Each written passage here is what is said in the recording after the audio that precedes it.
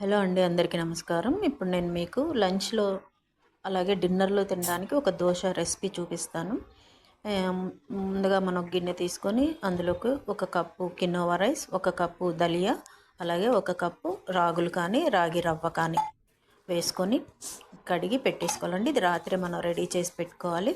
Next day మధ్యాహ్నంకి మళ్ళొకసారి కడిగేసి mixie పట్టేసుకొని పిండి రెడీ చేసుకోవాలండి. దీని కాంబినేషన్‌గా మనం కొబ్బరి చట్నీ చేసుకుంటే సరిపోతుంది. లేదు అంటే మన దగ్గరుండే ఏ కర్రీతో అన్నా మనం తినేయొచ్చు.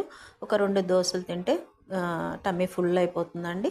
కొబ్బరి చట్నీ ఎలా చేసుకోవాలో నేనొక వీడియో మీకు డిస్క్రిప్షన్‌లో ఇస్తాను. ఆ లింక్‌ని మీరు చూస్తే మీకు వెయిట్ లాస్‌లో మనం కొబ్బరి చట్నీ ఎలా చేసుకోవాలో మీకు తెలుస్తుందనమాట. మీరు కూడా ట్రై చేయండి. మీకు మంచి రిజల్ట్ వస్తుందండి. నేనైతే రిజల్ట్ చూసిన తర్వాతే ఇవన్నీ నేను పోస్ట్ చేస్తున్నాను. మీరు ట్రై చేయండి. 2 దోసలు తింటే సరిపోతుంది. Thank you for watching.